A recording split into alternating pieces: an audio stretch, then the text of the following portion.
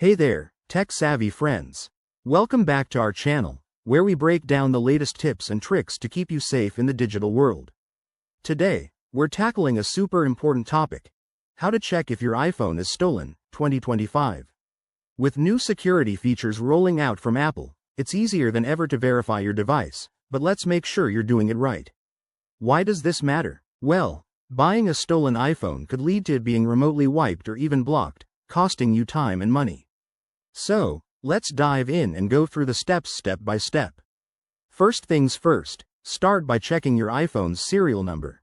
Head to Settings, General, About, and look for the serial number listed there. Jot it down or screenshot it, it's your key to verification.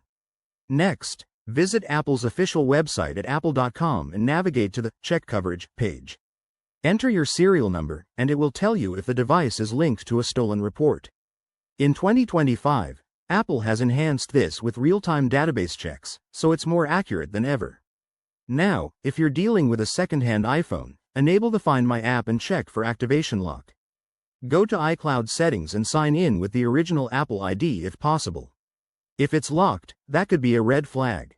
Don't forget to contact your carrier, AT&T, Verizon, or whoever you use.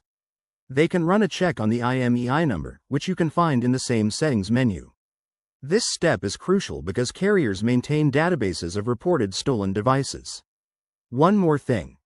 If you suspect foul play, avoid turning on the device or connecting it to the internet until you've verified it. In 2025, new laws require sellers to provide proof of ownership, so always ask for receipts or original packaging. By following these steps, you'll stay protected and make smarter purchases. Wrapping this up, checking if your iPhone is stolen is a quick process that could save you big headaches. If you found this helpful, hit that like button, subscribe for more tech tips, and drop a comment below if you have questions. Stay safe out there, and we'll see you in the next video. Thanks for watching.